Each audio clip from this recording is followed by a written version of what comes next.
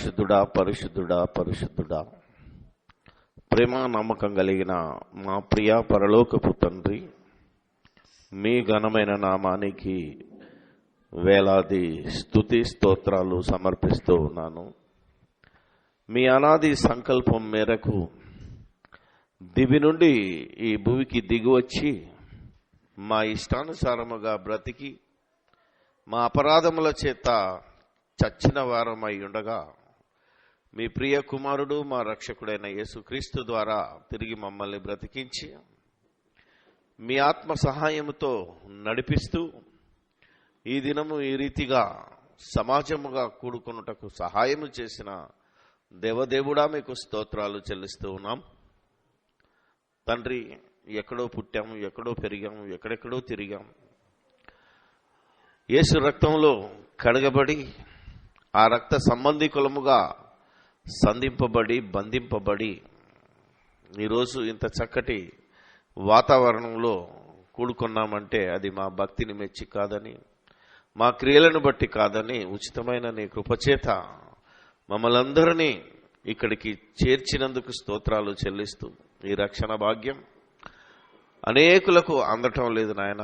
దాన్ని అందించటానికే మా బ్రతుకులో మీ వాక్యాన్ని నేర్చుకుని దాన్ని ప్రకటించి అనేకులను నీ మహిమార్థమై నడిపించగలుగునట్లు నీ కృప చూపుమని, సకల విధములైన అనుభవ జ్ఞానముతో సువార్త విశ్వాస పక్షమున పోరాటము చేస్తూ దేవా, ఈ లోకంలో మాకు తెలిసిన ప్రతి వారి మోకాలు క్రీస్తు యేసు నామములో వంగునట్లు మీ ముందు చేయగలుగునట్లు సహాయము దయచేయమని, మా శారీరక, మానసిక, ఆర్థిక, సామాజిక సమస్తమైన ఇరుకులు ఇబ్బందుల నుండి విడుదల పొంది దేవా విడిపించుకొని అననుకూల పరిస్థితులలో కూడా మీ రాజ్య సువార్తను ప్రకటించే భాగ్యము మాకివ్వమని, ముందు మేము మారి ఆ తర్వాత అనేకులైన వారి మార్పు కోసం ప్రయత్నం చేయగలుగునట్లు నీ కృప చూపుమని, అప్పుడప్పుడు శరీరాన్ని బట్టి దేవా మా బహిరంగ పురుషుడు బలహీనుడవడం బట్టి పక్కకు తొలగిన, పాపము వైపు చూసిన, తిరిగి మీ ఆత్మచేత మమ్మల్ని నడిపించి మీ కుమారుని రక్తములో పవిత్రపరుస్తున్న విధానానికై స్తోత్రాలు చెల్లిస్తూ, మీ ఆత్మ సహాయాన్ని ఇవ్వండి, మీ వాక్యపు వెలుగులో నడుచుటకు బలాన్ని ఇవ్వండి, మీ పరలోకాన్ని, మా యొక్క పరలోకాన్ని తిరిగి మేము సంపాదించుకోగలుగునట్లు నీ కృప చూపుమని, సమస్తము మీకే స్తుతి స్తోత్రాలు చెల్లిస్తూ మా ప్రభువైన యేసుక్రీస్తు పేరట ఈ ప్రార్థన మీకు సమర్పిస్తున్నాము మా పరమ తండ్రి.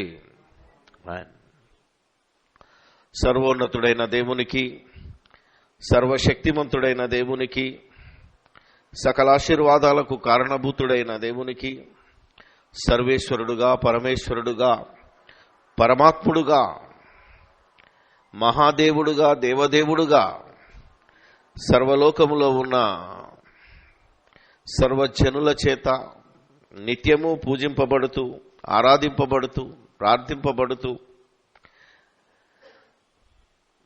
సకల లోకాన్ని రక్షిస్తున్నటువంటి ఆ దేవదేవునికి, ఆయన ప్రియ కుమారుడు, ఈ లోక రక్షకుడు, మనుషులందరికీ ప్రభు అయ్యున్న క్రీస్తు యేసు ద్వారా వేలాది స్తుతి స్తోత్రాలు సమర్పిస్తూ,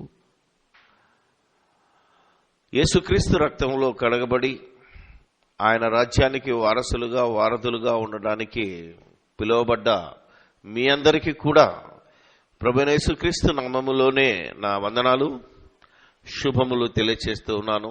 దేవుని కృపా మహదైశ్వర్యాన్ని బట్టి, ప్రభువైన యేసుక్రీస్తు శిలువలో చేసిన త్యాగాన్ని బట్టి, పరిశుద్ధాత్ముని యొక్క సహవాసాన్ని బట్టి మనమందరము ఇక్కడ కూడుకుని ఉన్నాం.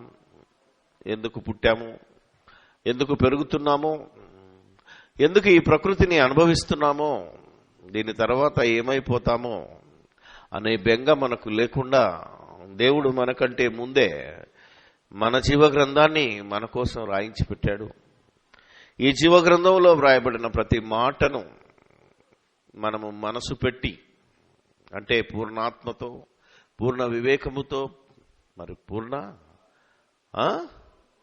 మనస్సుతో. That's all. వివేచింపగలిగి, చదవగలిగి, ఆలోచించగలిగితే ఇంతకంటే అదృష్టం మరొకటి లేదని, కష్టము లాభము కూడా ఇందులోనే ఉన్నదని మనం గ్రహించాలి.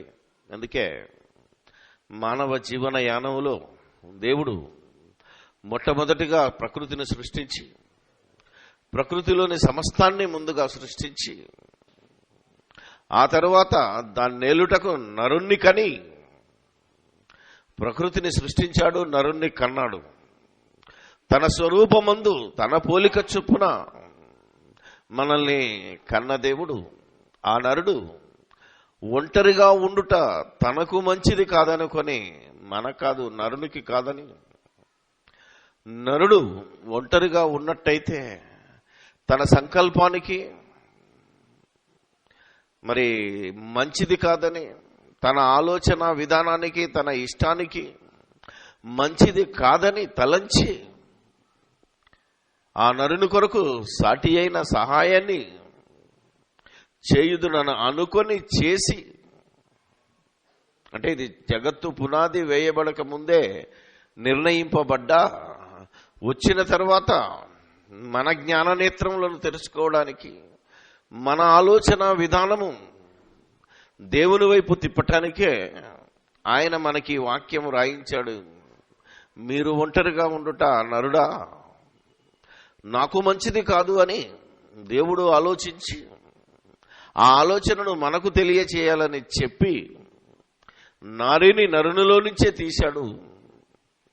ఇది అద్భుతమైన అంశమని మీ అందరికీ తెలుసు. వీళ్ళిద్దరిని మరి కలిపి అడగకుండానే ఆశీర్వదించి ఫలించి అభివృద్ధి పొందమని చెప్పి ఈ సృష్టిని లోబర్చుకోండి అని చెప్పాడు. ఈ క్రమంలో ఈ సృష్టిని లోబర్చుకోవాలన్నా, దేవుని యొక్క చిత్తాన్ని నెరవేరాలన్నా ముందు మీరిద్దరు బాగుండాలి. ఈ సృష్టి మీద మీరు ఆధిపత్యం చెలాయించాలి అంటే, ఈ సృష్టికి మీరు లోబడకుండా ఉండాలి అంటే ముందు మీరు ఒకరినొకరు అర్థం చేసుకోవాలి, ఒకరినొకరు ప్రేమించుకోవాలి, ఒకరినొకరు లోబర్చుకోవాలి, లోబడాలి అనే మాటను దేవుడు మనం పుట్టకముందే మనకు రాయించి పెట్టాడు. అంటే ఆయన ఆలోచన ఎంత గొప్పదో మనం ఆలోచిస్తే అద్భుతంగా ఉంటుంది. ఇది తెలియని అమాయకులు, ఇది ఎరగని అనేక మంది జనాంగము వాక్యానుసారముగా లేదా అక్షరార్థముగా తీసుకుని తన కాపురాలను ఎంతగా చెడగొట్టుకుంటున్నారో మనందరికీ తెలిసిందే. ఇక్కడ జరిగిన పెళ్లిలో అడిగాను, నిన్న జరిగిన ఒక పెళ్లిలో అందరినీ అడిగాను, పెళ్లి చేసుకున్న వాళ్ళు ఎంతమంది ఉన్నారు అని. చేతులు ఎత్తితే అబ్బో ఎంత సంతోషమో. దాదాపు 90% మంది క్రైస్తవేతర సోదరి సోదరుమణులే వచ్చారు. నేను నిన్న చేసిన పెళ్లిలో 10% ఓన్లీ క్రైస్తవులు. నేను అడిగిన ప్రశ్న, హైందవ సోదర సోదరి మనలకి ఎంతగా నచ్చిందో మన వాళ్ళే చేతులెత్తడానికి సంశయించారు. అప్పుడు అడిగి చెప్తాను కదా, మీలో భార్యాభర్తలు పోట్లాడుకున్న ఎంతమంది ఉన్నారో అడిగాను. ఇదైతే మీకు తెలుసు కనుక మిమ్మల్ని ఏం అడగట్లేదు. ఒకవేళ అడిగితే పోట్లాడుకున్న వాళ్ళు ఎవరుంటే నాకు చేతులు ఎత్తితే నేను చాలా సంతోషించి దేవునికి స్తోత్రం చెబుదాం. ఒకసారి ఆలోచించాలి. మనల్ని ఎందుకు కాపురం చేయమన్నాడు? మనం అడగకుండానే నరులలో నుంచి నారిని తీశాడు. మన ఇద్దరిని కలిపి ఫలించి అభివృద్ధి పొందమంటున్నాడు. కానీ ఎన్ని మాటలు మన కోసం దేవుడు ముందుగా రాయించినా, అవి రోజు చదువుతున్నా మనం ఎందుకు పోట్లాడుతున్నాం? మనం ఎందుకు కొట్లాడుకుంటున్నాము? మనం ఎందుకు మన కాపురాన్ని బజారు పాలు చేసుకుంటున్నాము అనేది ఆలోచించవలసిన విషయం. ఇదైన తర్వాత ఒక సోదరుడు, అలాగే ఒక సోదరి చాలామంది ప్రశ్నించటం మొదలుపెట్టారు. ఇంతకుముందు ఒకసారి చెప్పినట్టు గుర్తు నాకు. సమాజంలో స్త్రీ పాత్ర, సంఘంలో స్త్రీ పాత్ర అనే బుక్ రాసినప్పుడు కూడా అనేక మంది నాకు ప్రశ్న వేశారు, దేవుడు పురుష పక్షపాతి, అవునా కదా, స్త్రీలకు అన్యాయం చేశాడు, ఎప్పుడు స్త్రీనే కమాండ్ చేయమని చెప్పాడు, స్త్రీకి సంఘంలో అధికారం లేదు. కొన్ని సంఘాలు పెట్టిన నిబంధన వలన అందులో స్త్రీ మొత్తం మౌనంగానే ఉండాలి, పాట పాడకూడదు, ప్రార్థన చేయకూడదు, వాక్యం చెప్పకూడదు, చదవకూడదు అని మరికొందరు. ఇంత అన్యాయంగా మాకు ఒక బానిసలాగా మమ్మల్ని చూసే పరిస్థితి వచ్చింది. అసలు మమ్మల్ని కనమని కానీ అందులో పురుషుని నుంచి తీసి పురుషునికి లోబడమని మేమేమైనా అడిగామా అని ప్రశ్నించిన వాళ్ళను కూడా చూశాను నేను. మన ముందున్న పెద్దలు చాలామంది సంసారాన్ని సాగరమని, అవునా కదా, కాపురాన్ని బతుకు బండి అని, అవునా కదా, కొందరు కవులు ఈ బ్రతుకు బండికి 2 చక్రాలు ఉంటాయని, అలాగే 2 ఎద్దులు ఉంటాయని. ఇప్పుడు 2 ఎద్దులు బలంగా ఉంచితే ఎలా ఉంటుంది, బండి సాగుతుందా లేదా అని నేను ఆలోచించాను. బలంగా కాకుండా ఒకదాన్ని కొంచెం తక్కువగా ఎందుకు చేశాడు? మీరు ఎప్పుడైనా ఆలోచించారా? చెప్పండి చూద్దాం. బండి సాగాలి అంటే ఇద్దరు సమానంగా పోతే బాగుంటుందా, ఒకరినొకరు చూసుకుంటే పోతే బాగుంటుందా, ఎవరిష్టం వచ్చినట్టు లాగితే బాగుంటుందా? 2 బలమైన ఎద్దులు కట్టామనుకో, ఇది ఇటు లాగితే ఇది ఇటు లాగితే, 2 బలహీనమైన వాటిని కడితే అది ప్రమాదమే. అందుకే ఒకటి బలమైనది, ఒకటి బలహీనమైనది, అప్పుడు బండి బాగా సాగుతుంది అని ఒక ఆయన చెప్పాడు. ఆ బలమైనది మేమే ఎందుకు కావాలని మరో స్త్రీ క్వశ్చన్, అవునా కదా, మనం ఆలోచించాలి. దీని వెనకాల దేవుని సంకల్పం ఏమై ఉన్నది? ఎప్పుడు చూసినా లేడీస్ గురించే అణిగిమణి ఉండి ప్రసంగం చేస్తారు, అసలు మగవాళ్ళ గురించి ఏం చెప్పరు మీరు, వాళ్ళని ఎప్పుడు హెచ్చరించేది లేదు అని అన్నవాళ్ళని కూడా చూశాను నేను. అందుకే గత వారం ఆన్లైన్లో మాట్లాడుతూ నాకైతే స్త్రీల మీద అస్సలు కోపం కానీ పగ కానీ ద్వేషం కానీ లేదు. ఎందుకంటే ఏ పురుషుడికైనా స్త్రీ అంటే చాలా ప్రేమ ఉంటుంది, ఇష్టం ఉంటుంది, ఎన్ని కష్టాలైనా. ఎందుకంటే పురుష జీవితంలో మీరు చూస్తే స్త్రీతో ఎన్ని దెబ్బలు తిన్నోడైనా మళ్ళా ఒక స్త్రీని వదిలేసిందనుకో, మళ్ళీ ఒక స్త్రీ కోసం పెళ్లి చేసుకోవడానికి రెడీగా ఉంటున్నాడు. అందుకే పురుషుని యొక్క స్వభావము, పురుషుని యొక్క మనస్తత్వము ఎందుకు ఇలా ఉంది, స్త్రీ యొక్క మనస్తత్వము, స్త్రీ యొక్క శరీర నిర్మాణం ఎందుకు ఇలా ఉంది అని ఆలోచించడం మొదలుపెట్టి సమన్యాయంగా ఉండాలని బుక్ రాసినప్పుడు నా మీద కూడా చాలా మంది స్త్రీలే వ్యతిరేకించినట్టుగా చెప్పడం చూశాను. కానీ స్త్రీలు ఎంత మరి వాళ్ళను చూసే విధంగా చూస్తే ఎంత మంచిదో బైబిల్ వాక్యం సెలవిచ్చింది. గనక పేతురు రాసిన పత్రిక, సిలువ వేయబడిన యేసుక్రీస్తు బోధలో పురుషులమైన మనకు, ఇంక్లూడింగ్ మీ, అవునా కదా, మనం ఆలోచించాలి. ఇది తెలియక అనేక మంది ఇప్పటికీ దెబ్బలు తింటున్నాం, అనేక మంది పొరపాటు చేస్తున్నారు. నా జీవితంలో మరి ఎన్నో ఎదురు దెబ్బలంటే, నా చిన్నప్పుడు నేను పుట్టి జ్ఞానం వచ్చేసరికి, నేను మాట్లాడేసరికి మా నాన్న ఎవరో నాకు తెలియదు. ఎందుకంటే అప్పటికే మా నాన్న మా అమ్మను వదిలేసి ఇంకో పెళ్లి చేసుకుని వెళ్ళిపోయాడు. దాదాపు నేను స్కూల్లో జాయిన్ అయినప్పుడు ఆ స్కూల్ మాస్టర్ కూడా మీ నాన్న పేరేందని అడిగాడు తప్ప, మా అమ్మ నన్ను అంత కష్టపడి కూలి పని చేసి ఇంటింట పని చేసి నన్ను సాధింది. తర్వాత నేను 5వ సంవత్సరం తర్వాత మళ్ళీ మా నాన్న ఆమెను వదిలేసి మళ్ళీ మా దగ్గరికే వచ్చాడు. అప్పుడు మా నాన్న అంటే ఎవరు తెలుసు నాకు. అంతవరకు నన్ను మా అమ్మ కష్టపడి సాధింది కాబట్టి నాకు అప్పటి నుంచే స్త్రీ అంటే చాలా గౌరవము, ప్రేమ, అభిమానం అన్నీ పెరిగిపోయాయి. నేను ఎప్పుడు ఒక మాట కూడా మాట్లాడేవాడిని. కానీ ఎందుకు ఈ జీవన యానంలో ఒక్కొక్కసారి కోపం ఎందుకు వస్తుంది, ఒక్కొక్కసారి దాన్ని అధిగమించి దాన్ని కాదనుకొని కఠినంగా మాట్లాడవలసిన పరిస్థితి ఎందుకు వచ్చిందో దాన్ని తెలుసుకోవడానికే మనం బైబిల్ను రీసెర్చ్ చేస్తున్నాం. అందుకే ఈయన ఒక మాట చెప్పాడు, ఇది తెలియకుండా మనం ఎలా పొరపాటు చేస్తున్నామో. పురుషులకు కూడా దేవుడు హెచ్చరించిన మాటను మనం ఆలోచిస్తే, పేతురు రాసిన మొదటి పత్రిక 3వ అధ్యాయము 1 నుంచి ముందు స్త్రీలను హెచ్చరించాడు, తర్వాత పురుషుని హెచ్చరించాడు. ఎప్పుడు చూసినా అలాగే ఉంటుంది. మీరు తిమోతిలోకి వెళ్ళినా ఇంకే గ్రంథానికి వెళ్ళినా వీళ్ళను హెచ్చరిస్తూ, తర్వాత ఒకవేళ వారు మారకపోతే దాని విషయం మనం ఆలోచించాలి అన్నాడు. అందుకే మొదటి నుంచి చదువుదాం. అటువల స్త్రీలారా, మీరు మీ స్వపురుషులకు అంటే సొంత పురుషులకు లోబడి ఉండుడి. అందువలన వారిలో ఎవరైనను వాక్యమునకు అవిధేయులైతే. చూసారా, ఎంతో మంది కాపురాలు చేస్తున్నారు, ఎంతో మంది తమ భర్తలు కలిగి ఉన్నారు. స్త్రీలారా, ఎవరైనా ఒకరు లేకపోతే కొందరు వాక్యానికి అవిధేయులైతే, అంటే వాక్య ప్రకారంగా నడవకపోవడం మీరు చూసినట్టయితే, వారు భయముతో కూడిన మీ పవిత్ర ప్రవర్తనను చూసి వాక్యము లేకుండానే తమ భార్యల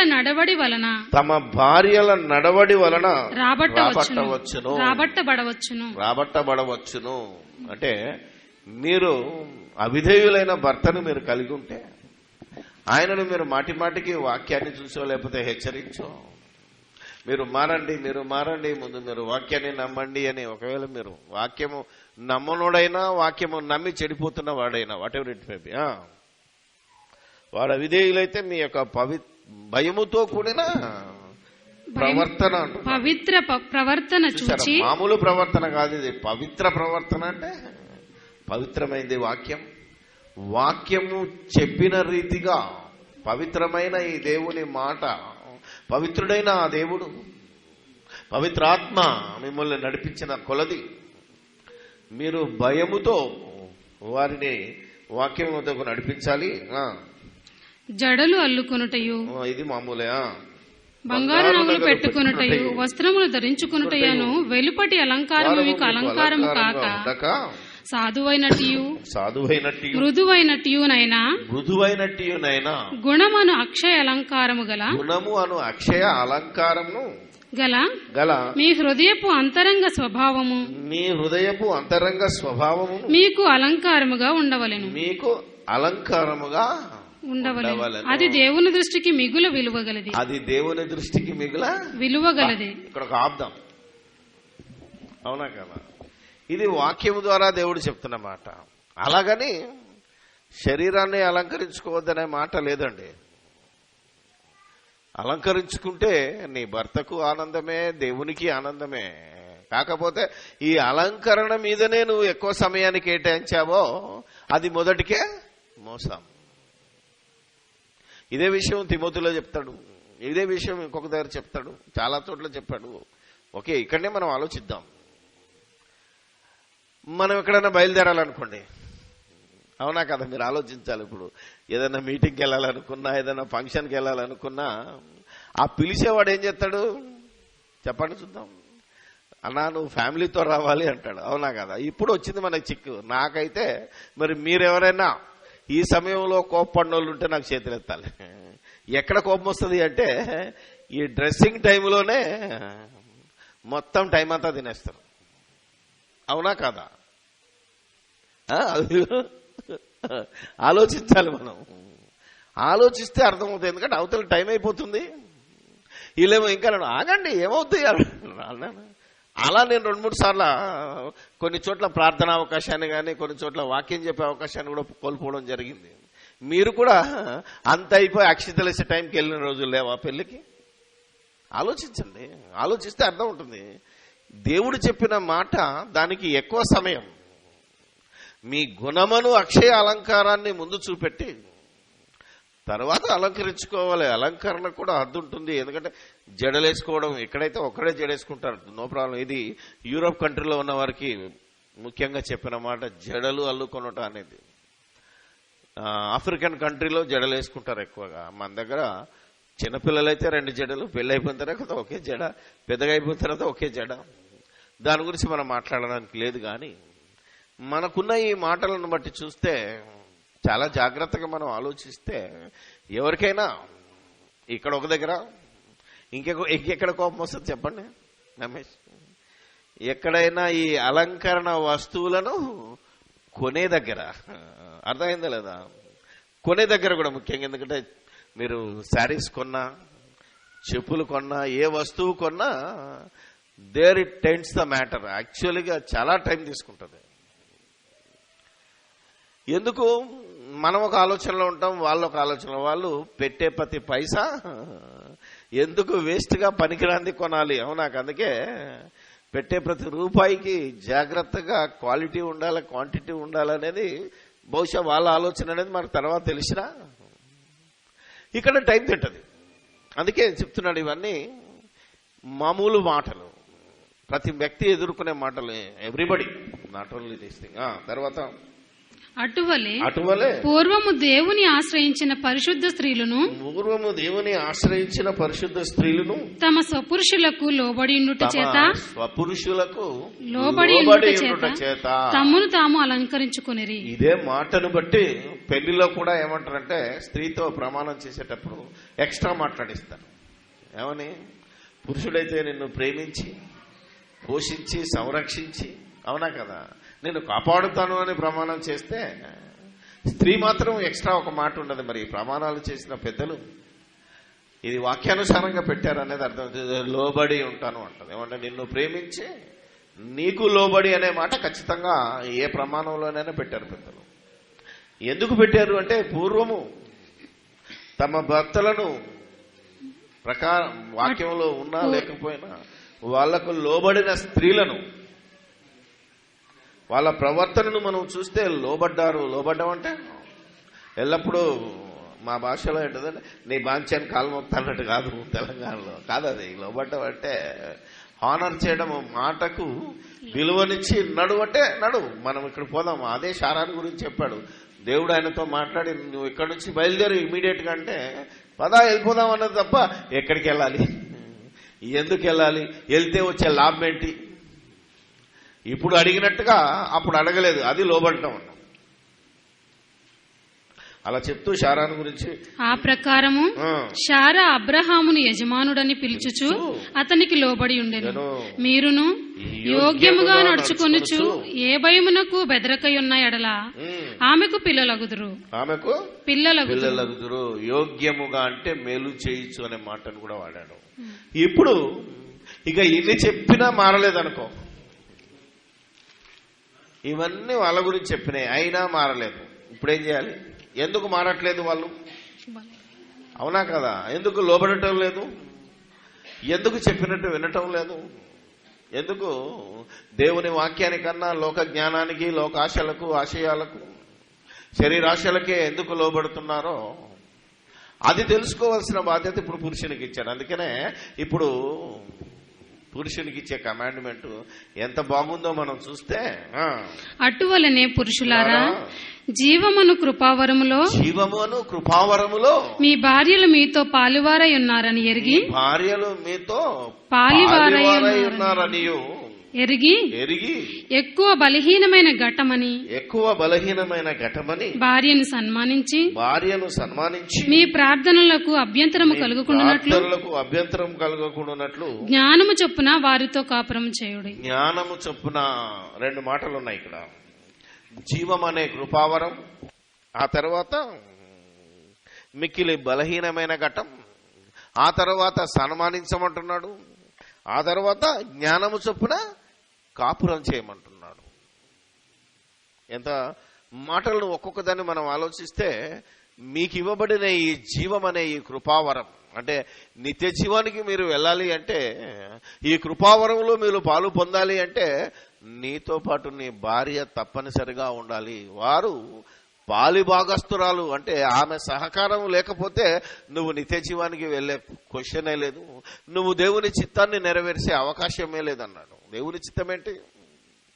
ఆయనకు పిల్లలు కావాలి, మనం కని పెంచాలి, ఆ పెంచిన పిల్లలను పరిశుద్ధులుగా నిర్దోషులుగా దేవుని ముందు నిలబెట్టాలి. ఇది నీ జీవం అనే కృపావరంలో దేవుడు నీకు ఇచ్చిన బాధ్యత. ఈ బాధ్యతను నువ్వు నెరవేర్చాలి అంటే ఖచ్చితంగా నీ భార్య యొక్క సహకారం లేకపోతే నువ్వు ఈ పని చేయలేవు అంటున్నాడు. అందుకే నరుని ఏమన్నాడు? వాని కొరకు సాటి అయిన సహకారిగా. ఫస్ట్ ఆదికాండంలో చెప్పాడు, ఇప్పుడు పేతురు ద్వారా మళ్ళీ చెప్తున్నాడు. ఆమె పాలిభాగస్తురాలు గనుక ఏం చేయాలి? నువ్వు ఎరిగి ఎక్కువ బలహీనమైన ఘటమని భార్యను సన్మానించు. మిక్కిలి బలహీనమైన ఘటము అంటే కుండ, మామూలు ఘటం. బలహీనమైన ఘటం అంటే వేరే, కానీ ఏ ఘటం ఇది? మిక్కిలి బలహీనం అంటే ఎక్కువ. అంటే అప్పుడప్పుడు ఉదాహరణ చెప్తుంటాం, పనికి మాలినోడు అంటే ఎలా ఉంటుంది మీరంటే అమ్మా ఎగ్జాంపుల్ ఉదాహరణ చెప్తున్నాను. Better best, good better best, అవునా కదా? ఇంగ్లీష్లోనైనా కలిసి ఇట్ ఈస్ ఓన్లీ నేను ఉదాహరణ చూపించాను. మీరు అలాగంటే ఎలా కుదరదు, అలా కాదన్నాను. ఎందుకు పనికి మాలినోడు అంటారు? మిమ్మల్ని అంటలేను. పనికి మాలినోడు ఎందుకు పనికి మాలినోడు, బొత్తిగా పనికి మాలినోడు. చూసారా ఉదాహరణ ఎలా ఉంటది అనేది మనం ఆలోచిస్తే, ఇది మిక్కిలి బలహీనం అన్నాడు. బలహీనం అంటే ఒక్కోసారి కొంచెం గట్టి దెబ్బ తాకినా పలగది. కానీ ఈ ఘటన ఎలాంటిదంటే ఏమాత్రం పొరపాటున తలిగినా చిన్నదాన్నైనా భరించలేని ఘటము అని అర్థం. కుండేగా, కుండ తర్వాత ఘటం అంటే కుండే. కాబట్టి చిన్నది తాకినా, ఒక్కొక్కసారి మనం కాలు తాకింది అనుకోండి, అలా దొల్లుకుంటే వెళ్తుంది. బాగా కాలిన కుండ అయితే పలగదు. కానీ కాలని కుండ అయితే చిన్న రాయి తాకినా అక్కడ హోల్ పడిపోతుంది. కుండ పగిలిపోదు, హోల్ పడిపోతుంది. తెలుసుకోలేదు, తర్వాత పగిలిపోతుంది కూడా. ప్రాక్టీస్ చేయడానికి ఇప్పుడు కుండలు లేవు, కానీ మా చిన్నప్పుడు ఉండేది ఎక్కువ, ఇప్పుడు ఎవరు వాడతలేదు. సో ఎలా మిక్కిలి బలహీనమైన ఘటమైనది? అసలు మనదే ఘటం. పురుషుని యొక్క ఘటము కుండే బలహీనమైనది, తెలుసుకోలేదా? ఎందుకు? ఈ ప్రకృతిలో తీయబడ్డ మట్టి దేవుడు సృష్టించాడు, మాట వలన కలిగింది. మట్టిలో నుంచి తీసిన దానిని మాంసముగా దేవుడు మార్పు చెందించాడు. అంటే బలమైన దాంట్లో నుంచి ఇది బయటకు వచ్చేసరికి కొంచెం బలహీనమైపోయింది. ఈ బలహీనమైన దాని నుంచి మళ్ళొక ఆకారాన్ని తీశాడు, కానీ అది మిక్కిలి బలహీనమైంది అంటున్నాడు. ఫ్యాక్టరీ తరఫున ఆలోచిస్తే ఐరన్ ఓర్ అంటారు, తెలుసు కదా, ఇనుప ఖనిజం. భూమిలో ఉన్న ఖనిజాన్ని మనం తీసుకుంటే ఓర్ ఎలా ఉంటుంది? గట్టిగా ఉంటుంది. దాన్ని మనం ఫర్నేస్ లో వేసిన తర్వాత స్టీల్ బయటకు వస్తుంది. మైల్డ్ స్టీల్ అంటారు దాన్ని. మైల్డ్ స్టీల్ అవసరమైతే ఇటు అటు బెండ్ అవుతుంది, గట్టిగా ఉంటుంది. ఈ మైల్డ్ స్టీల్ లో నుంచి స్టెయిన్లెస్ స్టీల్ తీస్తారు. స్టెయిన్లెస్ స్టీల్ మాత్రం చాలా గట్టిగా ఉంటుంది, తెలుసుకోలేదు మీకు? ఒకసారి మైల్డ్ స్టీల్ ను ఏ రకమైన బెండ్ చేయొచ్చు, ఏ రకమైన ఆకారంలో మలపచ్చు. కానీ ఇందులో నుంచి బయటికి తీసిన స్టెయిన్లెస్ స్టీల్ ఉందనుకో, అది అస్సలు బెండ్ కాదు. ఎప్పుడు బెండ్ అయితే తెలుసు కదా మీ అందరికి. చూసారా పాత్రలు, ఈ వీటిని ఏమంటారు, స్టీల్ చేసేటప్పుడు అది తయారయ్యేటప్పుడే అచ్చులో పెట్టాలి. ఒకసారి షేప్ వచ్చింది, అది తయారైందంటే మళ్ళీ నీకు స్టీల్ ప్లేట్ నువ్వు వంచలేవు. వంచితే ఏమాత్రం వంచాలన్నా పగిలిపోద్ది, బ్రేక్ అవుతుంది అంతే.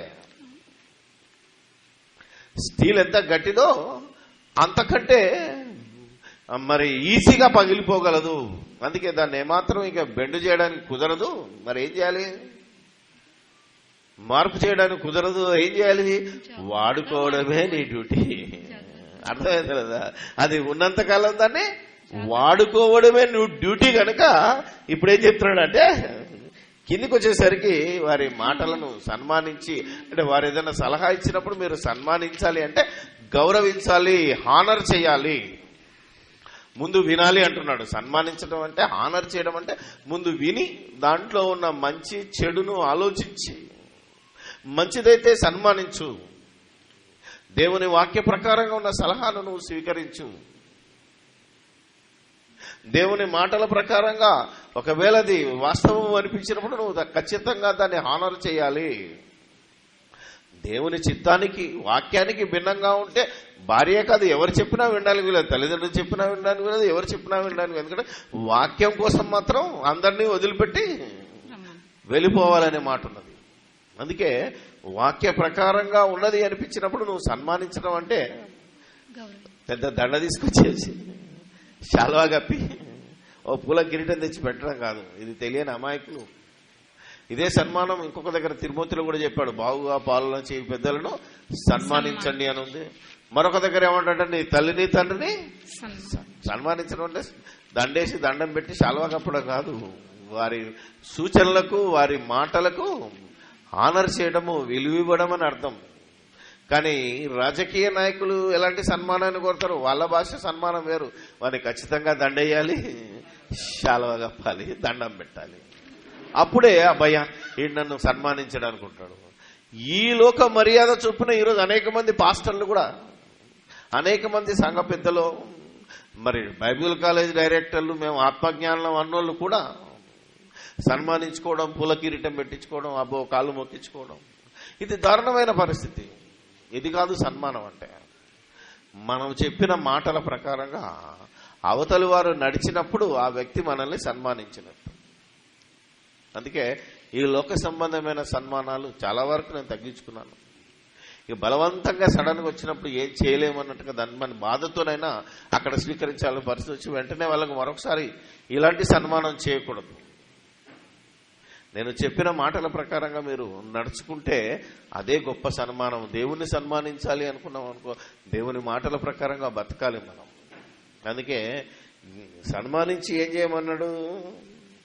మీ ప్రార్థనలకు అభ్యంతరము కలగకుండానట్లు జ్ఞానము చొప్పున వారితో కాపురం చేయాలి. జ్ఞానము చొప్పున నువ్వు వారితో కాపురం చేయాలి. ఇది మిక్కిలి బలహీనమైన ఘటము గనక నీ జ్ఞానంతో చేసినా కుదరదు. కానీ జ్ఞానం అంటున్నాడు అంటే బైబిల్లో జ్ఞానం అంటే ఏంటి ఆలోచించాలి. 1 కొరింథీ 1:24 ప్రకారంగా జ్ఞానం అంటే క్రీస్తు దేవుని జ్ఞానంను దేవుని శక్తి అయి ఉన్నాడు గనక ఆ క్రీస్తే వాక్యం గనక వాక్యం. ఈ వాక్యంలో కూడా జ్ఞానం ఎక్కడుందిరా బాబు అని అంటే జ్ఞానము ఘోషించుచున్నది అనే మాట, జ్ఞానము ఘోషించుచున్నది, వివేచన తర స్వరము వినిపించుచున్నది. నా కుమారుడా నా జ్ఞానాన్ని వినుము, నా మాటలు వినుము అని ఒక ప్రత్యేకమైన గ్రంథం ఉన్నది మనకు. దాన్నే సామెతల గ్రంథము అంటారు. సామెతల గ్రంథంలో మీరు ప్రారంభం నుంచి చూసినా జ్ఞానము గూడు కట్టుకున్నది, జ్ఞానము వినిపిస్తున్నది. జ్ఞానమును సంపాదించండి, నీ సంపాదనంతా ఇచ్చి జ్ఞానాన్ని సంపాదించుకోండి అని ఎన్ని రెఫరెన్స్లు ఉన్నాయి అంటే అన్ని రెఫరెన్స్లు ఉన్నాయి. కాబట్టి ఇప్పుడు జ్ఞానమును సంపాదించుకోవాలి, జ్ఞాన ప్రకారంగా నువ్వు వారితో కాపురం చేయాలి అంటున్నాడు. కాబట్టి జ్ఞానం ఏమంటుందో ఒకసారి మనం ఆలోచిస్తే, నీకివ్వబడిన ఈ జీవమనే కృపావరంలో స్త్రీ నీకు దొరకటం వలన ఎంత గొప్ప మేలు జరుగుతుందో సామెతల గ్రంథం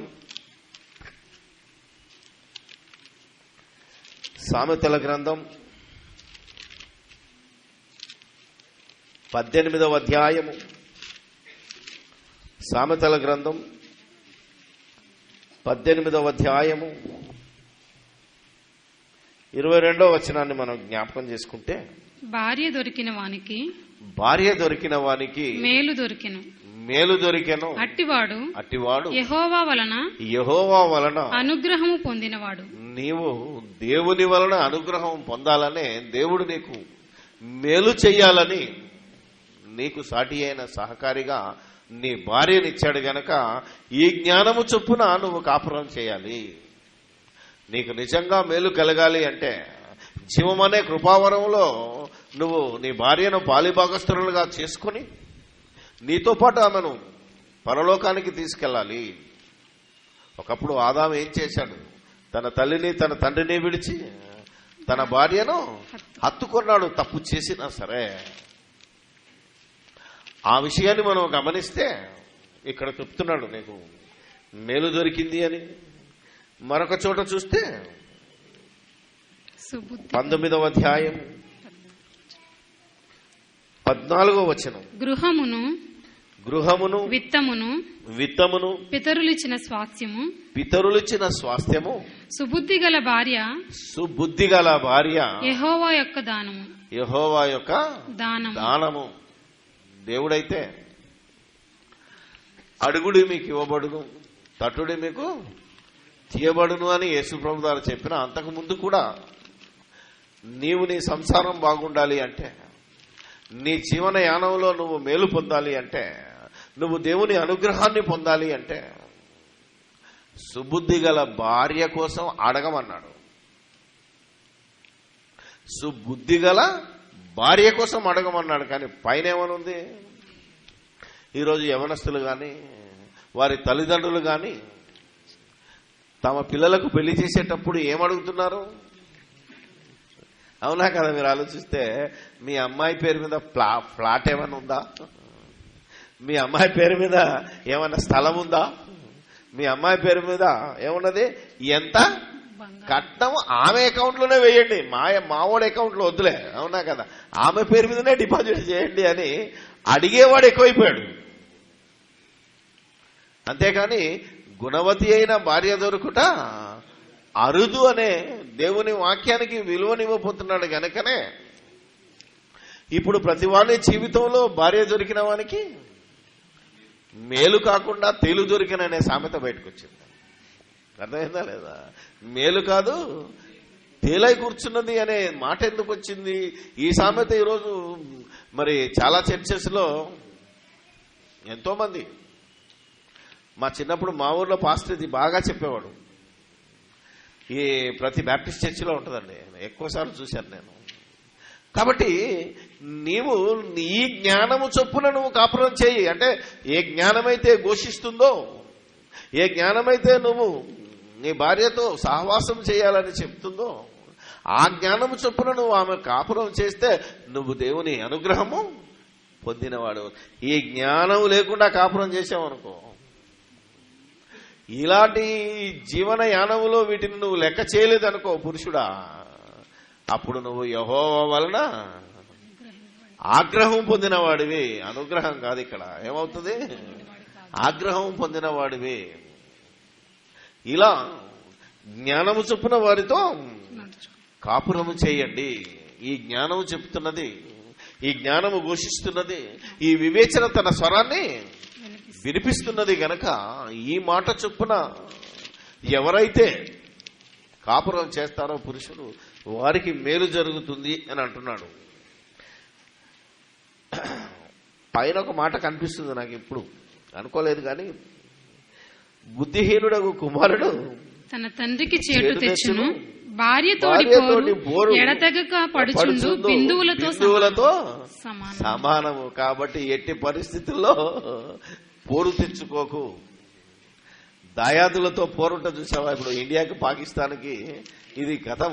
ఎప్పటికీ కంటిన్యూస్ గా రావణ కాష్టంలా కాలుతూనే ఉంటుంది తప్ప దీనికి ఎండ్ పెట్టాలి.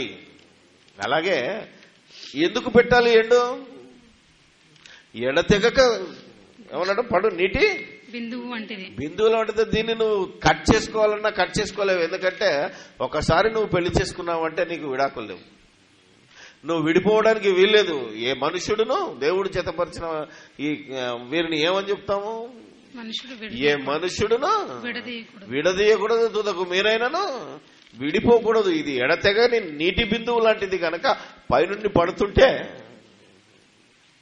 అప్పుడప్పుడు ట్యాప్ లీక్ అయితే మీరు చూడండి ఇంట్లో ఎలా ఉంటుంది.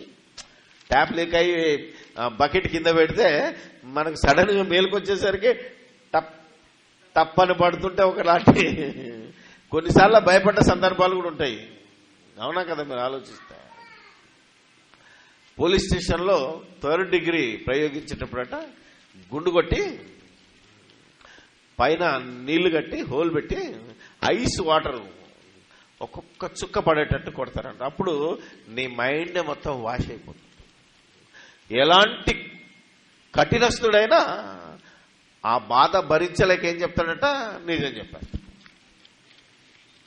ఇలాంటి వాటితో మనం పెట్టుకోకూడదు.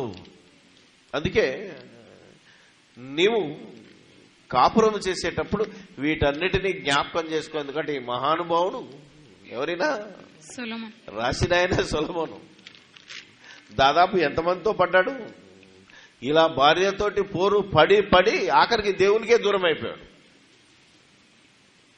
200 మందిని ఉపపత్నం చేసుకొని ఆఖరికి దేవుణ్ణి వదిలేసి లాస్ట్కు లోకంలో ఉన్న దేవతలకు బలిచ్చి దేవుని ఆగ్రహానికి గురయ్యాడు. అందుకే ఆయన తన జ్ఞానం చొప్పున, తన అనుభవం చొప్పున చెప్తున్నాడు. ఈ లోకంలో ఉన్న జ్ఞానులందరికంటే మహాజ్ఞాని, లోక జ్ఞానులలో గొప్ప జ్ఞాని సొలొమోను. ఆయనకు మించిన జ్ఞాని యేసుక్రీస్తు ఒకడు. అందుకే ఇదిగో నేను సొలొమోను కంటే గొప్పవాణ్ణి అన్నాడు. అంటే ఈ లోక జ్ఞానంతో పాటు మహాజ్ఞానాన్ని కలిగిన ప్రభు ఇప్పుడు సిలువ వేయబడిన తర్వాత ఆయన అదే చెప్తున్నాడు. ఏమని? జీవం అనే కృపావరంలో మీ భార్యలు మీతో పాలిభాగస్తులై ఉన్నారని ఎరిగి మీ భార్యలను సన్మానించి వారితో నువ్వు జ్ఞానముతో కాపురం చెయ్యి. ఎందుకంటే చేస్తున్నాడు. ఇప్పుడు పేతురు ద్వారా చెప్పేటప్పటికే పౌలు ద్వారా ఎలా కాపురం చేస్తున్నాడో చెప్పేశాడు. ఎందుకంటే సంఘం అనే ఈ యొక్క స్త్రీని క్రీస్తు అనే ఒక పవిత్ర పురుషుడికి, పవిత్రురాలని కన్యకగా పౌలు వివాహం చేశాడు. కొరింథీయులకు రాసిన పత్రిక మీరు కనుక ఆలోచిస్తే, ఇంకా పెళ్లి విందు కోసం ఎదురు చూస్తున్నారేమో. ఆల్రెడీ యేసు ప్రభుకు సంఘానికి పెళ్లి అయిపోయింది. పెళ్లి అయితేనే భార్యాభర్తలు అంటారు. ఇంతకుముందు మీరు లూకా సువార్తలో చదివారు, చూసావా? విందుల గురించి మాట్లాడిన 14వ అధ్యాయంలో చూస్తే పెళ్లి విందు జరుగుతున్నది. ఆ విందులోనికి మనం అంతా వస్తున్నాం. అలా పెళ్లి చేశాడు. కొరింథీయులకు రాసిన పత్రిక ఎంత బాగుంటుందో చూస్తే ఒకసారి చూపిస్తాను మీకు. 2వ కొరింథీయులకు రాసిన 2వ పత్రిక 11వ అధ్యాయము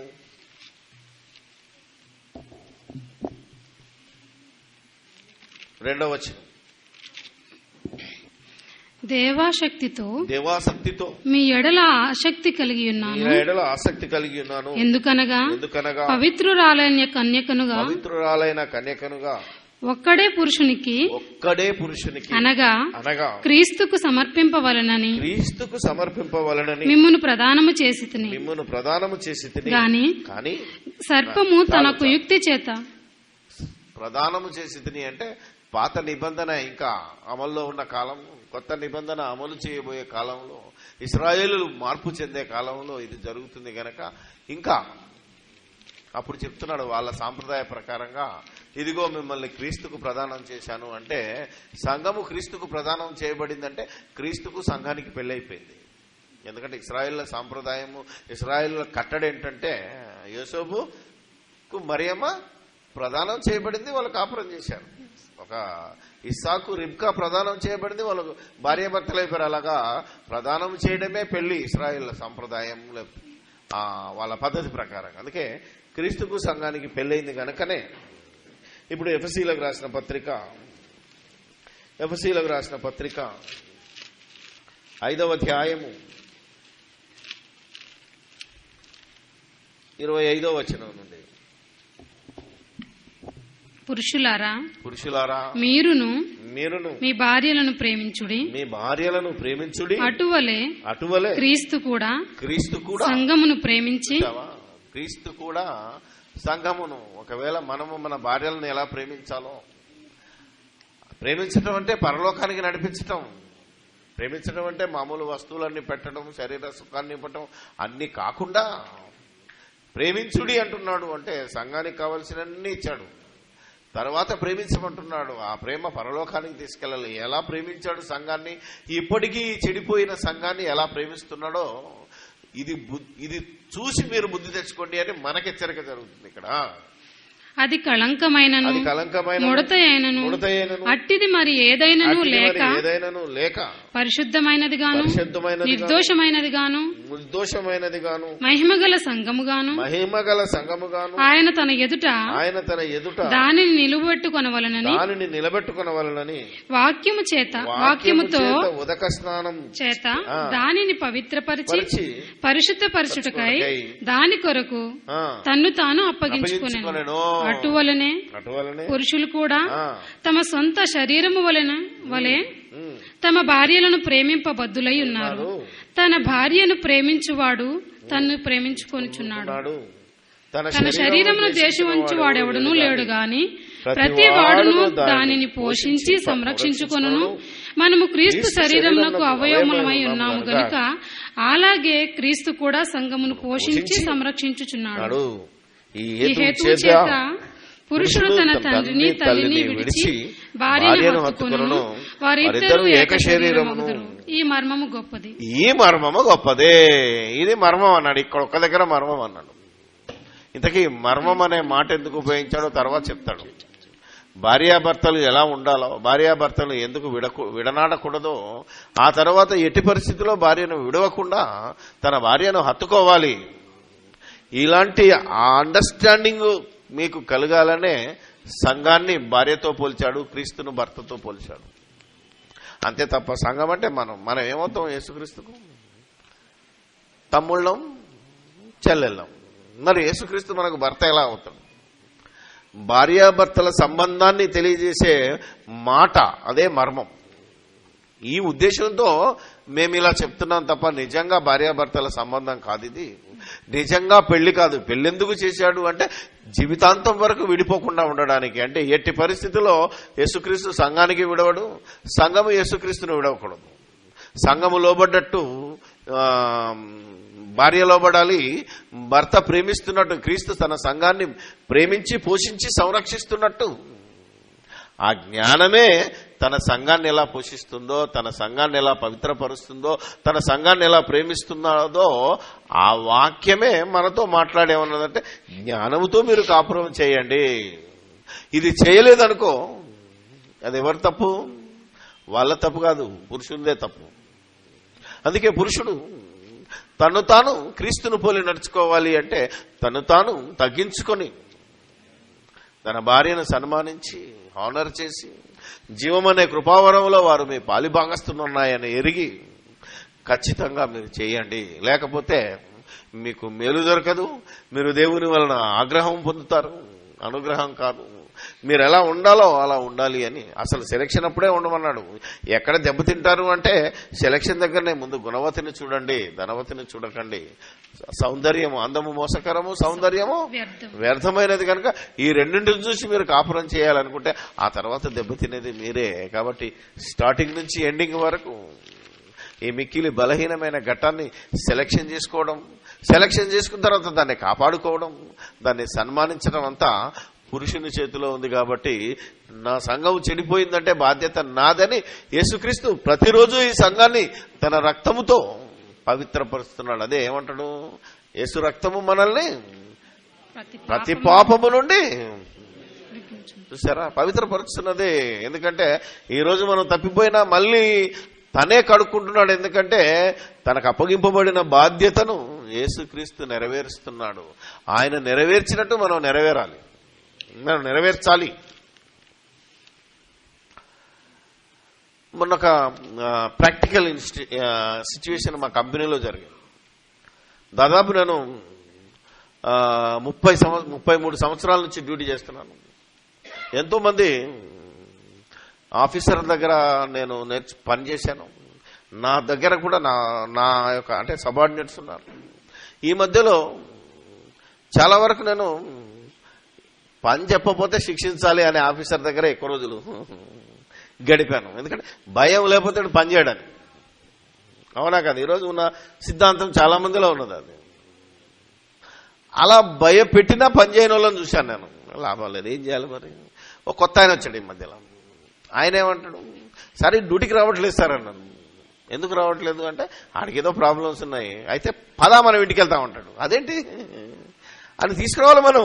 ఎందుకంటే వాడు గనక ఒకసారి అనే సర్వీస్లో తీసేస్తే అది బతుకు చాలా కష్టమైపోతుంది. మనం బెదిరిస్తే ఇంకా రాడు. కాబట్టి ఏం చేయాలి, మనం ఇంటికెళ్ళి అతనితో మాట్లాడి ఏమంటున్నాడో తెలుసా, ఇంకా నీకేమైనా ప్రాబ్లం ఉంటే నేను వస్తాను రా బాబు, మమ్మల్ని పిలువు, మీ ఇంటి ప్రాబ్లం సాల్వ్ చేద్దాం, నీ ప్రాబ్లం సాల్వ్ చేద్దాం, నువ్వు మాత్రం డ్యూటీకి రారా నాయన. అర్థమైంది కదా, ఆయన ఏజిఎం. ఆలోచించాలి. నేను ఆశ్చర్యపోయాను. మా దగ్గర ఎట్లా ఉంటుందంటే సాటర్డే వరకు డ్యూటీ చేసామనుకోండి, మండే రాకపోతే ఏం చేయాలి తెలుసా మీకు, సండే కూడా లీవ్ పెట్టాలి, పోతుంది. సాటర్డే నువ్వు లీవ్ పెట్టి మండే లీవ్ పెట్టామనుకోండి, 3 రోజులు లీవ్ పెట్టాలి, సండే కూడా పోద్ది. అటు సాటర్డే రాలేదు, సండే రాలేదు, మండే కూడా రాలేదు. ఇప్పుడు మంగళవారం నేను ఎట్లా రావాలి, నాకు మల్లవారం దాకా ఎగ్గొడతాడేమో అని ఏమంటాడు తెలుసా అంటే, మండే కావాలంటే నువ్వు ఎక్కడైనా బయటికి పోయినట్టు నీకు అటెండెన్స్ ఇచ్చి నీ సండే కూడా సేవ్ చేస్తాను రా, నువ్వు రారా నాయన అన్నాడు. అంటే నీ దగ్గర ఉన్న పనివాన్ని పని చేయించుకోవాలి అంటే నువ్వెంతగా ఆఫీసర్ అయినా, నీ చేత అధికారం ఉన్నా, నిన్ను నువ్వెంతగా తగ్గించుకుంటే ఆడు దెబ్బకే వచ్చేసాడు 2 గంటల డ్యూటీకి. నేను ఆశ్చర్యపోయాను, ఇదేంట్రా బాబు. Yes, this is the way you have to work. Otherwise నీ బలహీనత అన్నాడు, బాస్గా నీ ఎఫిషియన్సీ అన్నాడు. అదే యేసుక్రీస్తు చేస్తున్నాడు. తను తాను తగ్గించుకున్నాడు. కాబట్టి పురుషులారా మీరు కూడా తగ్గించుకొని జీవం అనే కృపావరంలో మీ భార్యలతో మీరు కాపురం చేసి, మీ భార్యను ప్రేమించి నువ్వు పరలోకానికి తీసుకెళ్ళాలి అంటే నిన్ను నీవు తగ్గించుకో. That is the thing. అందుకనే ఇది చెప్పడానికి, వినడానికి బాగుంది, పాటించడానికి కూడా నీకు చాలా ప్రాక్టీస్ కావాలి. అందుకే ఇలాంటి సాత్వికం, ఇలాంటి దీన మనస్సు నీకు రావాలి అంటే యేసుక్రీస్తు ఏమన్నాడు, నా దగ్గరకు వచ్చి నా కాడి మోసి నేర్చుకో. ప్రాక్టీస్ చేయాలి. ఇది ఒక రోజులో కాదు, ఒక గంటలో వచ్చేది కాదు. దెబ్బలు తిని ఉంటే ఆల్రెడీ, అవునా కదా, జీవం అనే ప్రయాణంలో మరి ఎన్నోసార్లు చక్రం తిరుగుతూ ఉంటుంది. ఒక చిన్న జోక్ చెప్పి ముగిస్తాను. మొన్న ఒక పెళ్లి దగ్గరికి వెళ్ళాను. ఆ పెళ్లి నేను చేస్తుంటే పెళ్లి అయినాక ఒక ఆయన జోక్ చెప్పాడు, బాగుంటుంది. ఒక ఇంట్లోనేమో పక్కింట్లో వాళ్ళు క్రైస్తవులే, మేము ఎప్పుడు చూసినా కొట్లాడుకుంటాం, మీ ఇంట్లో ఎప్పుడు చూసినా నవ్వులు వినబడుతుంటాయి బ్రదర్, అసలు మీ ఇంటి రహస్యం ఏంటి అంటాడు. ఈ బ్రదర్ ఏమంటాడు, అబ్బాయి ఏం లేదే, కాదండి, మేము చూసినప్పుడల్లా ఏదో ఒక సపోర్ట్ అవుతుంది, మీరు చాలా సంతోషంగా నవ్వుతూ ఉంటారు, ఏంటి పరిస్థితి, మీ ఆవిడైనా నవ్వుతుంది, మీరైనా నవ్వుతారు, అబ్బా ఇంత నవ్వులు మేము ఎక్కడ చూడలేము అని. లేదు బ్రదర్, మేము మీలాగానే ఉన్నది, మాకేం పెద్ద కొత్తగా ఏం లేదు, ఇంటింటికి మండిపోయాయి కదా అందరము. లేదు, మీ ఇంట్లో మాత్రం ఖచ్చితంగా నవ్వులు వినబడతాయి, దాని రహస్యం ఏందో చెప్పన్నాడంట. చెప్పమంటావా? చెప్పండి. తప్పదు, సరే చెప్తాను వినండి అన్నట. ఇప్పుడు భార్యాభర్తలు పోట్లాడుకుంటారు కదా. ఏం చేశాడు ఈ భార్య, ఏం చేసిందంటే ఒక గంట తీసుకొని విసురుతుంది భర్త మీదకి. దెబ్బ భర్తకు తాకిందనుకో, భార్య నవ్వుతుంది. అర్థమైందా కదా? భర్తకు తాకలేదనుకో, భర్త నవ్వుతాడు. అర్థమైందా? అర్థమైందంటే ఎవరు చూసినా నవ్వుతారు. అందుకే అదే మా నవ్వేనకాల రహస్యం. అర్థమైందా లేదా? నిజంగా నాకు చాలా బాగా నచ్చింది, నవ్వొచ్చింది నాకు కూడా. అందరూ నవ్వారు. ఇంతే తేడా. అందుకనే మీరు జాగ్రత్తగా కాపురం చేయండి. This is final warning. ప్రార్థన చేసుకున్నాం, ఇంకేం లేదు. ఎంత చెప్పినా ఇది చెప్పడానికి థియరీ చాలా బాగుంటుంది, అది ప్రాక్టికల్కి వచ్చేసరికి దీన్ని ప్రాక్టీస్ చేస్తూ ఉండాలి. ఎంత చేద్దామన్నా సాతాను మనల్ని రెచ్చగొట్టే పరిస్థితి వస్తుంది. ఎంత తగ్గించుకుందామన్నా పాపం ఎవరికి కావలసి పుట్లాడుకోవాలనే భావం ఎవరికి ఉండకపోయినా రెచ్చగొడతా ఉంటుంది. అప్పుడు ఏం చేయాలి మనం? ఆలోచించాలి. కామ్గా ఊకున్నా మీదకి వచ్చి మాట్లాడే వాళ్ళు కూడా ఉంటారు. అయినా ఏం చేయాలి మనం? ప్రార్థన చేసుకోమంటారు చాలా మంది. నేను విన్నా, ప్రార్థన చేసిన కొద్దీ మళ్ళా బాధ వస్తూనే ఉంటుంది. అవునా కదా? ఆడవాళ్ళకైనా వస్తుంది, మగవాళ్ళకైనా వస్తుంది. అందుకే దీన్ని అధిగమించడానికి ప్రాక్టీస్ అవసరం. ఇదే కాదు, మామూలుగా నేను ఎక్కడైనా మీటింగ్కి వెళ్ళినా మన పక్కోడు లోకజ్ఞానం తెలిసినవాడు కదా, సబ్జెక్ట్ మనం మాట్లాడుతున్నాం అనుకో, దేవుణ్ణి ఆరాధించటమో లేకపోతే ఇంకేదాకా, ఎలా దేవుణ్ణి ఆరాధించాలి, ఎలా దేవునికి ప్రార్థన చేయాలనే సబ్జెక్ట్ మనం చెప్పడానికి పోతుంటే ఈడు ప్రార్థన చేసేటప్పుడు పరలోకమందున్న మా యేసయ్య ప్రభువా తండ్రి అన్నాడు అనుకో, ఎలా అవుతుంది కోపం? అవునా కదా? మీరు ఆలోచించారు. కానీ ఏం చేస్తాం? వెంటనే మనం ఖండించామనుకోండి, కిందినటోడు బాధపడతాడు. అలా వాడు ఒక్కొక్క ప్రసంగంలో ఒక్కొక్క మాట చెప్తుండే అనుకున్నాం. మనమంతా జన్మతో ఏమంటాడు, కర్మతో జన్మతో పాపం అన్నాడు, మళ్ళా బీపీ రేజ్ అయింది. ఈయన ఇప్పుడే లేచి తిట్టాలనిపిస్తుంది, కానీ తిట్టకూడదు. ఏం చేయాలి మరి? వెంటనే బైబిల్ తీసుకొని ఒక వచనం చదువుకుంటా, వెంటనే చాలా మంది అంటుంటారు నన్ను, అన్నా నువ్వు ఇన్ని మెసేజ్లు ఎన్ని టైంలో చేస్తావంటే, ఇలాంటి టైంలో నేను మెసేజ్ తయారు చేసుకుంటాను. అప్పుడు మనకు ఆలోచన వచ్చి కంప్లీట్ బీపీ రేజ్ తగ్గిపోద్ది. ఇలా మనం ఏదో ఒక రకంగా ప్రాక్టీస్ చేసుకొని మన సంసారం అనే సాగరాన్ని ఈదాలని, దీంట్లో ఇద్దరిది, ఒకరు పైకి ముందు ఈ బండిని ఒకరు ముందుకు లాగినప్పుడు కొందరు వెనక్కి లాగాలని, వీళ్ళు ముందుకు వెళ్ళినప్పుడు వీళ్ళు లాగాలని బ్యాలెన్స్డ్గా మనం కాపురం చేయాలని ఇద్దరిని హెచ్చరించాడే తప్ప దేవుడు స్త్రీల మీద ఏం కోపం లేదు. ఆయన సృష్టించిన, మరి ఆయన కన్నదే స్త్రీని కూడా, ఆయన కన్నదే పురుషుడు గనక ఏదో పురుష పక్షపాతి దేవుడు పురుషుడు అనే మాట ఎట్టి పరిస్థితుల్లో స్త్రీలలో నుంచి రాకుండా చూడాలని మనం, ఎందుకంటే దేవుడు ఆత్మ. అవునా కదా? మీరు ఆలోచన, ఆయన పురుషుల పక్షపాతి కాదు, ఇటు స్త్రీల పక్షపాతి కాదు. ఆయన తన కుమారులు. అందుకే మీకు బైబిల్ ఒక మాట ఉంటుంది, 127వ కీర్తనలో ఏమంటాడంటే, కుమారులు యెహోవా అనుగ్రహించు స్వాస్థ్యం అనగానే గ్రామర్ తెలుగుడు ఏమనుకుంటాడే, కొడుకులే అనుకున్నాడు తప్ప కుమారులు అనే దాని కింద పిల్లలు అని ఉంటుంది. ప్రాచీన ప్రతులలో ఇంగ్లీష్ బైబిల్ చిల్డ్రన్ అంటే ఆడైనా మగైనా, శరీరాన్ని బట్టే మనకు తేడా ఉంది. శరీరాన్ని బట్టి నువ్వు మిక్కిలి బలహీన ఘట్టం కావచ్చు, శరీరాన్ని బట్టి నువ్వు బలహీనమైన ఘట్టం కావచ్చు. అందుకే పురుషుడు కూడా అంటుంటాడు, పౌలు చెప్తుంటాడు, నాలో ఏమున్నది మంచిది ఏది లేదు, నేను కూడా బలహీనమే. అప్పుడప్పుడు నా బహిరంగ పురుషుడు మరి కృషించిపోతున్నాడు, లోనవుతున్నాడు. అయ్యో ఇటు పాపమునకు ఇటు మరణమునకు లోనకు నా శరీరము నుండి నన్ను ఎవడు విడిపించునని పురుషుడు కొట్టుకుంటున్నాడు.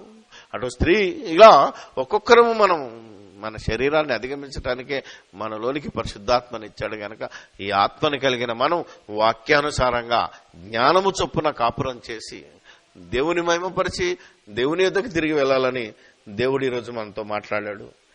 మనం ఆలోచించి గ్రహించి దాని ప్రకారంగా ప్రవర్తించి మన లోకమైన మహాలోకానికి లోకాన్ని తిరిగి స్వతంత్రించుకుందాం.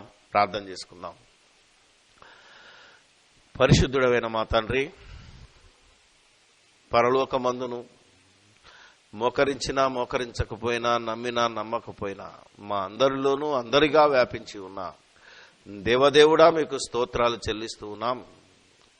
మీ ఆత్మ యొక్క స్వరూపమందు మమ్మల్ని కని శరీరానికే కొద్ది బలహీనతలతో బలములతో మరి తయారు చేసినట్టుగా చెప్పి, ఇది మాకు ముందే చెప్పి జ్ఞానంతో మమ్మల్ని కాపురం చేయమన్నావు.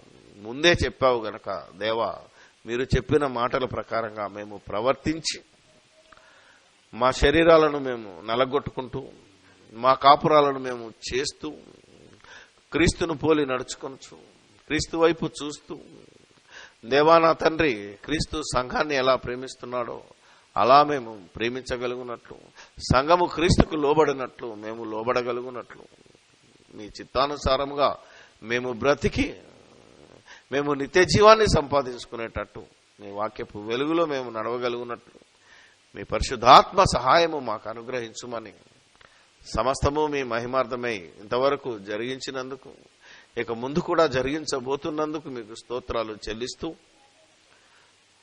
ప్రతి వాని మోకాలు క్రీస్తు యేసు నామములో మీ ముందు వంగగలుగునట్లు మేము చేయగలుగునట్లు సహాయము దయచేయమని ముందు మేము మోకరించి, మా కుటుంబము మోకరించి, మా పిల్లలతో మోకరింపచేసి దేవా సంఘాన్ని, సమాజాన్ని, ప్రతి వ్యక్తిని నీ స్వరూపంలో పుట్టిన ప్రతి వ్యక్తిని నీ యొద్దకు చేర్చగలుగుటకు సాధ్యమైనంత వరకు మా ప్రయత్నం చేయగలుగునట్లు సహాయము దయచేయమని, అప్పుడప్పుడు లోపంతో పడిపోయినా వెనక్కి తిరిగి చూడకుండా మరలా లేచి నిలబడి ముందుకు వెళ్ళగలిగే భాగ్యమే మా అందరికీ అనుగ్రహించు.